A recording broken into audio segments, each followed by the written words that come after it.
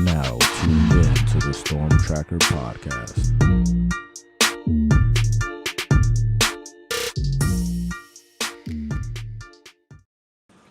Welcome back, family, to the Storm Tracker podcast. Marcus Benjamin here representing for CanesCounty.com, part of the Rivals.com network. And make sure you subscribe to this podcast on all platforms, as well as subscribe to this YouTube channel live from Canes County. And it is the Scouting the Opponent episode where we talk to an expert of the opponent. And the opponent, it is none other than Florida State this week. It's the week that we all wait for all year. And I've got Jerry Kutz joining me from the Osceola. He's also part of the Rivals Network. Thanks for joining me today, Jerry. Glad to be here, Marcus. Big week. Yeah, big week as always. And you're on campus right now, and you had a chance to kind of look at practice. And I just kind of want to get a general feel of what the fan base kind of feels like going into this game. It's a rare instance where Florida State is 1-6 and Miami is undefeated going into this game. So what's your take on kind of the general feel around campus leading up to this rivalry game on Saturday? Trepidation. The team hasn't been playing to their potential, and it's a mystery. I think most FSU fans feel that they've been gut punched. This team just can't get it going in games, especially the offense. And so I think our fans are very concerned about the state of the program right now. Yeah, I can imagine. Just is there anything in particular? I mean, there's obviously a variety of factors that go into Florida State being 1-6 right now. But if you could kind of pinpoint, a few areas where Florida State is really kind of lacking, where do you see those areas are? Well, the offense just can't get going. Our defense has actually played fairly well the last 3 games, but if you look at even the Clemson game, we played Clemson a pretty good game in terms of defensively, particularly in the red zone. We're very good in the red zone against Clemson, and that's why the score wasn't, more of that's why it wasn't a blowout. Our offense just can't score, and so they're not able to sustain drives or put points on the board. And so the offense keeps finding itself in the defense keeps finding itself, trying to play the best football they can play without an offense that's doing much. So, I think if you look at what the causes of all that are, that's a mystery to us. The team seems to practice well during the week. The morale on the team is still good, which is shocking to me. Usually when you lose, if you're 1-2 or 1-3, usually the team morale falls off, but Yeah. It hasn't. And I guess I give credit to Mike Norwell for that, but it's not translating into the game day. And I watch practice 2 days a week all season. It's weird. You don't feel like you're looking at a 1-6 team at practice, but then on game day, bad things happen. And we know something's not right, but it's hard to pinpoint any one thing other than, last year Florida State had in that 13-0 regular season, we had 10 guys on that team that were, alpha dogs and very strong leadership, and they were all taken in the NFL draft.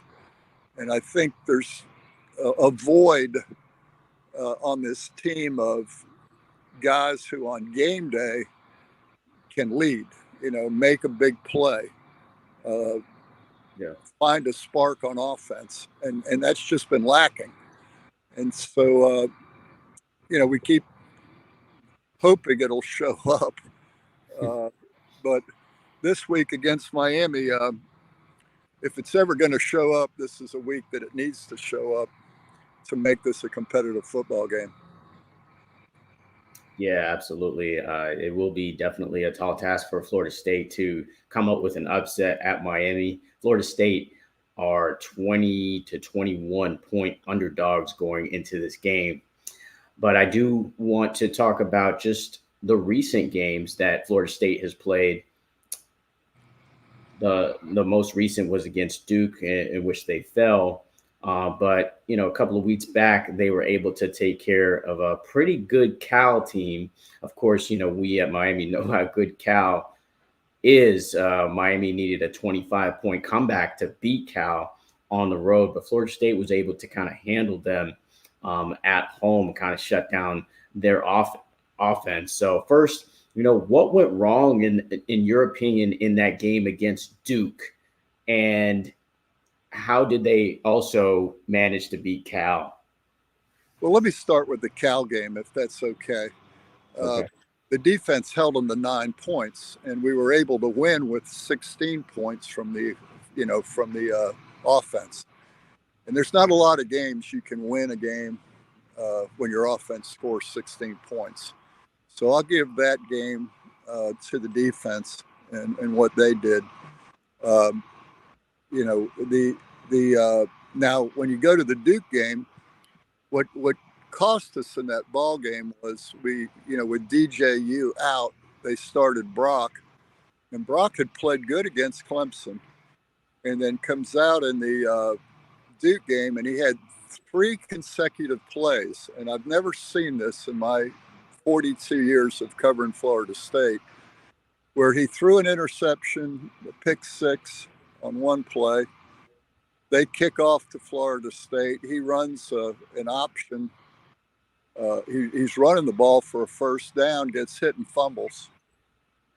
And they take the ball, and I think we held him to a field goal in the red zone. And then on the very next possession, the first play, he throws another interception. So on 3 consecutive plays, Brock had 3 turnovers. Now he's a redshirt freshman. And so you gave up 17 points in the first quarter and on turnovers. And from there on, Florida State won the game in terms of production.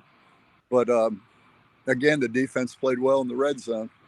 But we staked them too many points early and didn't have enough offense to overcome those 3 mistakes. And let me couple with that. We went to Kromenhoff, the true freshman, for a little while after Brock had to settle him down. They put Luke in. He throws a perfect ball in the back of the end zone, about a 50-yard throw to Kentron Poitier, and he drops it, a touchdown, wide open. Well, not wide open, but he had got separation and had a real clean look at the ball with 2 hands and dropped it. And there were 2 other critical drops in that game on where it had been a first down in field goal range. And we also had a bad snap on a field goal attempt on a good drive. Drove all the way down there, get a field goal opportunity in a close game, and had a bad snap and a block kick. So the offense just has really struggled, and they have the potential, but then drop passes have killed them, and that's been the story of the whole season, that Duke game. Interesting. Yeah, definitely. I'm actually playing those 3 consecutive turnovers right now. I've never seen anything like that, Marcus, and I doubt any of your listeners have either. Yeah. One player has 3 plays, 3 turnovers. Yeah. Definitely hard to come back from something like that. Yeah. against any team. Well, they brought and they did after they played Kromenhoff for a while, and then they brought Luke back. They brought Glenn back into the game, and he finished the game. And he played better after he got back in, but it was still, too little, too late. Gotcha. Well, now it seems that there could be maybe a quarterback controversy at this point based on what has happened in that last game. You have Brock Glenn, obviously, who started and then was benched, and they bring Kromenhoff in. Basically, what have you seen in practice, or what indications have you heard about the quarterback situation going into this game? So I don't think there's a controversy. That would be, these guys are both freshmen. One's a redshirt freshman and the other one's a true freshman, been on campus a few months. So I don't think there's a controversy. I think Brock is the guy that, right now is he had playing time. He was the quarterback when we won the ACC championship last year. And he was the quarterback when we got blown out by Georgia in the Orange Bowl. So, he has the experience. And Luke Kromenhoff, the true freshman, he has a high ceiling. And I think what the coaches are trying to do this year is get both of them some experience, be able to evaluate both of them and make a decision on, which quarterback is the quarterback of the future. But you'll see both of them, I think, in this game. And it just depends on what Miami's doing and how the guy that's in the game at the time, what kind of success he's having. And I don't look at it as benching quarterbacks in a situation like this. I think sometimes you sideline them. You go, hey, come stand with me for a few minutes, watch what Miami's defense is doing, calm them down, and then put them back in. And I think that's the kind of situation we may be in this week. Manny Diaz, he has an interesting defensive scheme, as you all know from his time down there. Yeah. And, it's a lot for a young quarterback to, when your offensive line isn't protecting, you don't have a lot of time. And Manny's, he does things with his secondary to confuse quarterbacks. And with young quarterbacks, I think you have to bring them out of the game and let them see it when the bullets aren't flying, so that when they do go back in, they're on the same page as the offensive coordinator with the play that's called and what the defense may do. So I think that's kind of what our situation there is. The big issue is in this game will be, can Florida State's offensive line handle Miami's defensive front, which is excellent. Yeah, that is yet to be seen. I know the Miami defensive line has a lot to prove. They feel like they've underperformed, although they've played pretty well this season. Past couple of games, they are not playing to their standard from what I've heard from the players in this week's press conference. So they're definitely out to prove that they're better than what they've been in the past couple of weeks. So we'll see how that matchup plays out. I agree with you, Jerry. I think that's going to be one of the key matchups in this game. Yeah, your quarterback is very limited when he doesn't have the time to read a secondary. When he's got to drop and fire, you can sometimes throw right into a coverage. And so, yeah, that'll be a key. Yeah, absolutely. I actually did want to ask about any other injuries that have maybe popped up this week. I did hear some reports of maybe some injuries of some players that will possibly not be playing. What are you hearing on the injury front as far as players playing in this game or not? I could tell you, but then they'd shoot me. That's the one rule Mike has. He gives us a lot of access to practice, but under the condition we won't talk about injuries. So I can't answer your question. That's fair. Mario Cristobal is very, very similar in that regard. He keeps a lot of things close to the vest. We barely get any injury information. So same here on my end. Yeah. So does he? I don't think he even puts out a too deep chart, does he? No, he doesn't. He doesn't. He doesn't. Not until game. We don't see a too deep chart until game day. Well, let me tip a cap to him on that, because those programs who do put out the too deep chart, like Florida State, that they're fantasies. Yeah, you don't rely on the too deep chart that you see. Yeah, definitely not.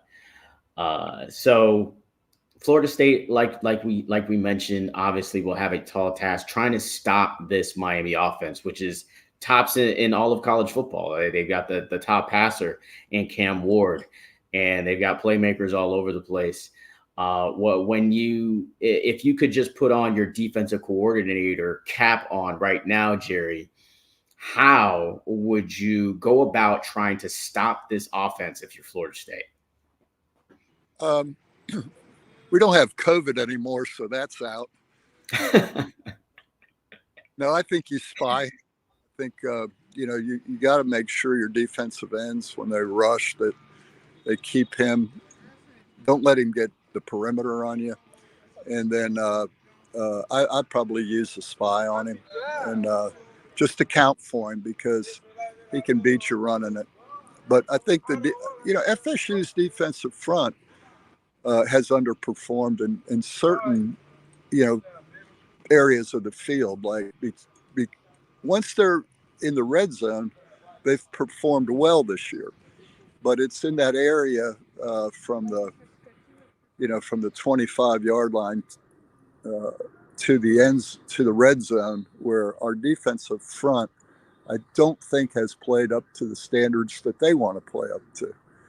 And they've been getting better with gap control, and we've been getting pressures, tackles for losses. So I think Florida State's defensive front, if they come to play, and I think they will, because there'll be a lot of scouts there, and this is a rivalry game. That'll be the key. Can we get pressure, and can we keep a spy on him to not let him get that time where he manages to extend plays with his legs.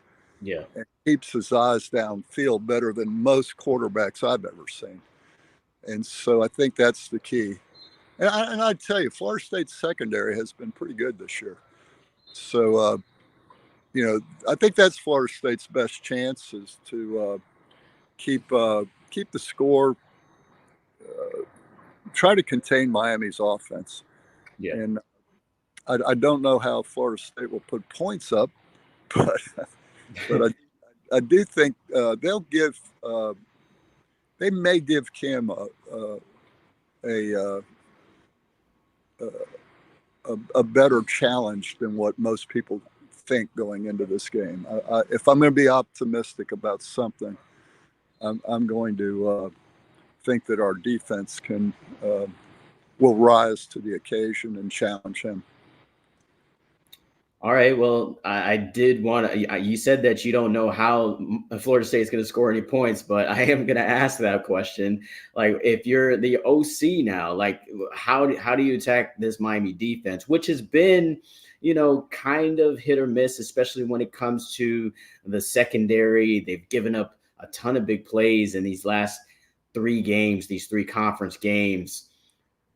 When you look at this defense, where do you see kind of the weaknesses for Florida State to attack? Well, I would think that. I think that Florida State has Mike has called some plays wide open, and if there's a key on offense, it's very simply catch the ball. Mm-hmm. I think our receivers rank dead last for most drops in the country, mm-hmm. and we're getting guys open, and they're not finishing the plays. And so I do think Florida State can challenge Miami's secondary if the offensive line will give either of the quarterbacks' time. They're both they both have arm talent, and so that would be, to me, Florida State's best chance against Miami. Mix it up enough to where when Miami gets to certain looks on defense that you can get that big gash play. One more thing.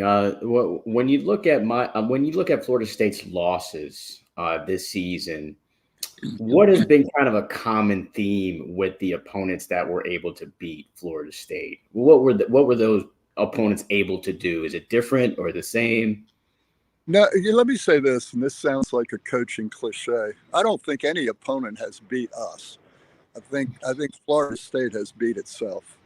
And it just lack of execution of, you get it going, and then all of a sudden you got an offsides on a punt, and you give a team another set of downs. The drop passes, a couple of fumbles. We haven't been a fumble-prone team, but there's been a couple that have been at inopportune times. But a lot of it has been,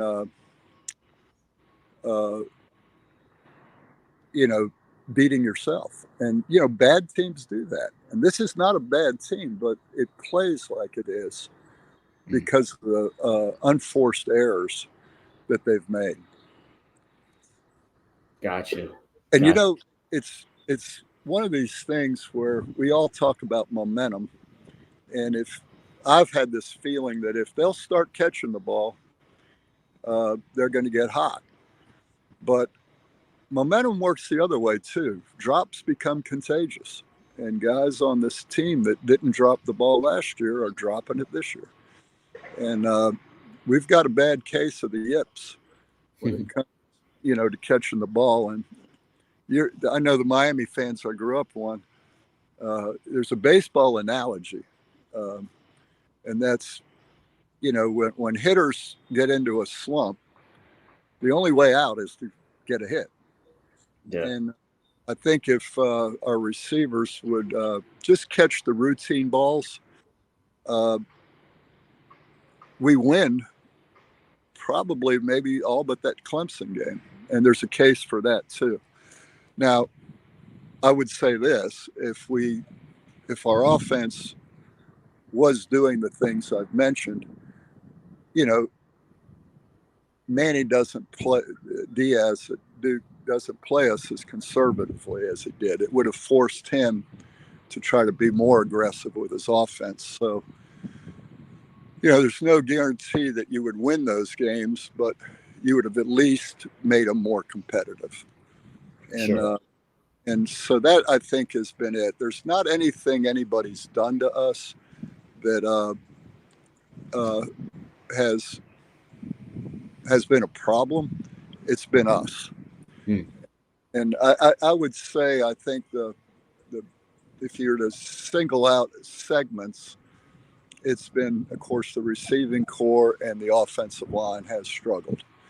There's been too many times this fall where a defense has gotten free runners at the quarterback, where Duke ran a lot of twists and stunts, and our offensive line struggled a little with that. Gotcha. All right. A couple of players that you would say need to have big games in order for FSU to pull out an upset against Miami. One on offense and one on defense. Who you got, Jerry? I'd love to see Daryl Jackson have a big game against Miami, and I'm sure he's motivated to do so. Daryl hasn't had the kind of year that we thought he could have. And Josh Farmer next to him, those two middle guys, if they can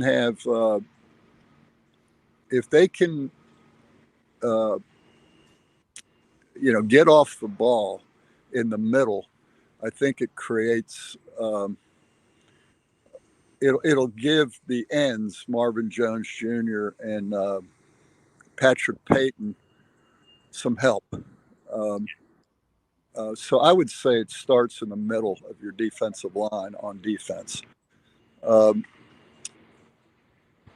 the other guy there might be whoever they spy.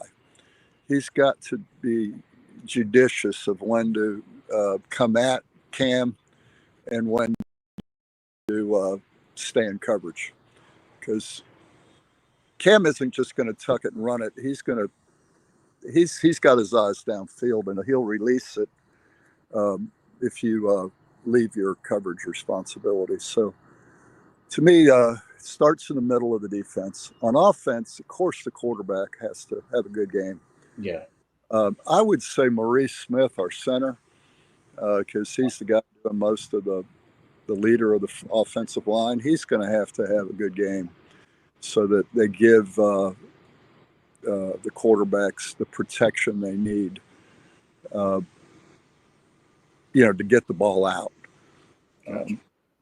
So that to me is, all football's won on the line of scrimmage, and the most important positions are those interior guys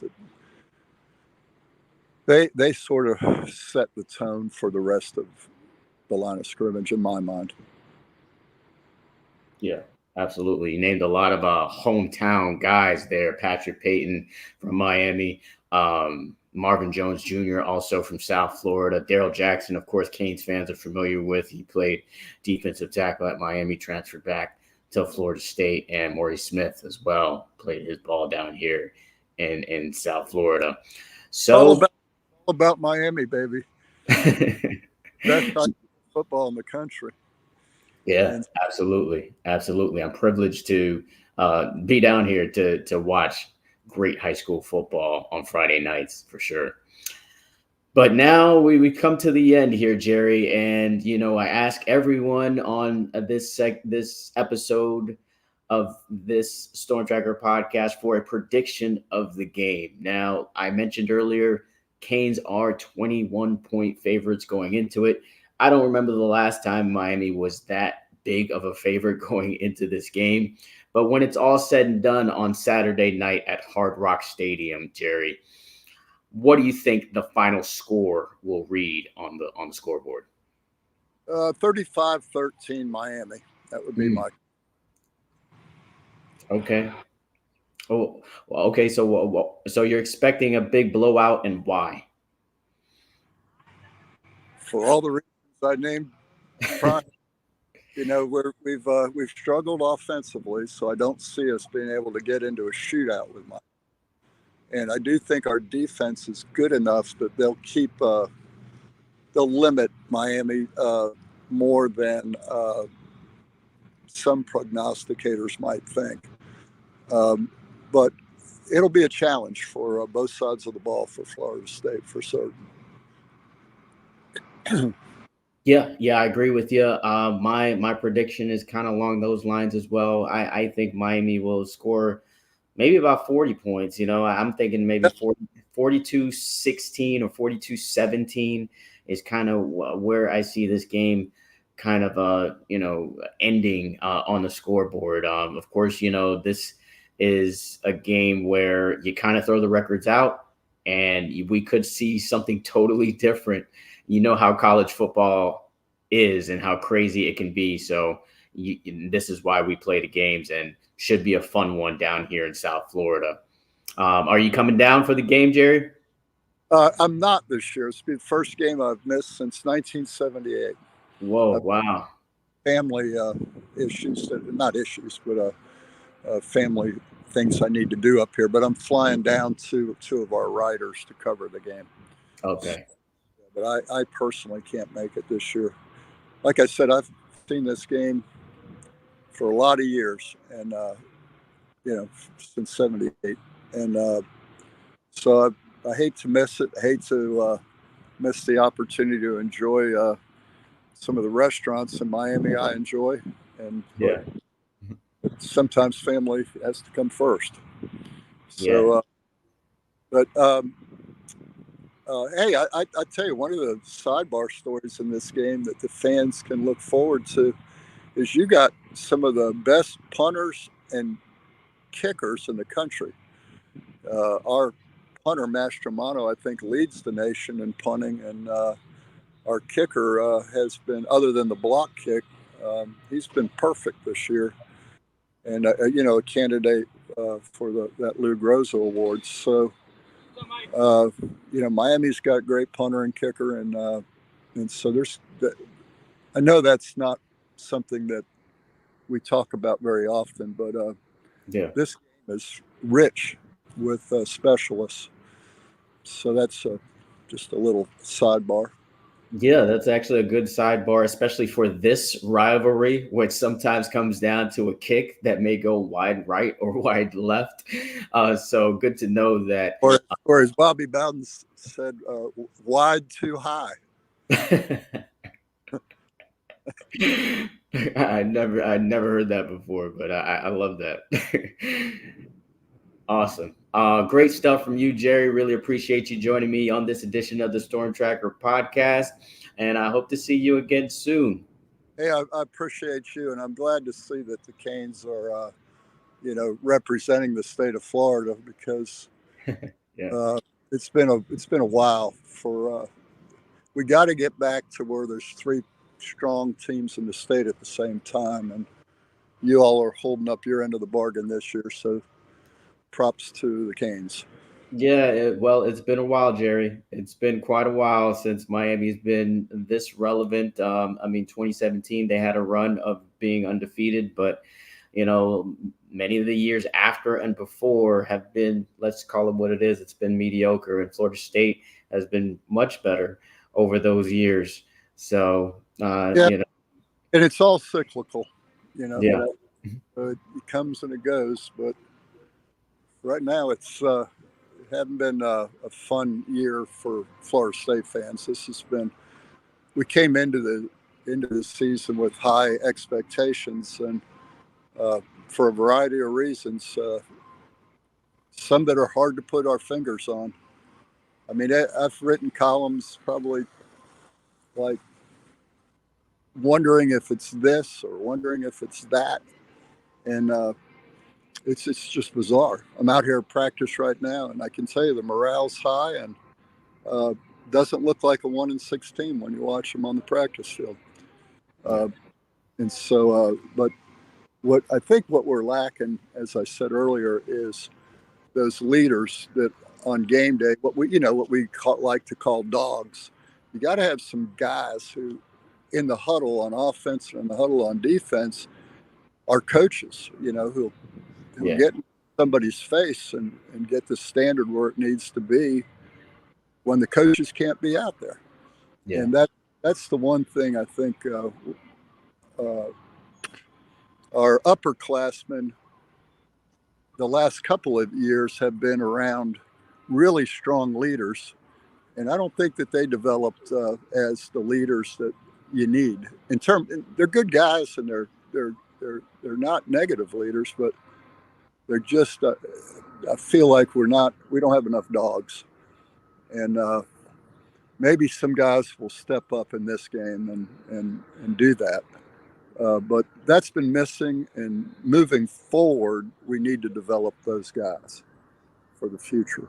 So hopefully this Miami crowd and this rivalry will bring that out of a couple of guys that are capable of being that guy. Yeah, definitely. We'll see what happens and how it all unfolds on Saturday night. I'm excited for it, as I am every year, to see Miami versus Florida State. Best game in college football, in my opinion. All right. Thanks again, Jerry, for joining me for this edition of Scouting the Opponent Storm Tracker podcast. Make sure you follow this podcast on all platforms, and also subscribe to this YouTube channel live from Canes County. Most importantly, subscribe to the website, canescounty.com, for free. Use the promo code Miami30. Until the next episode.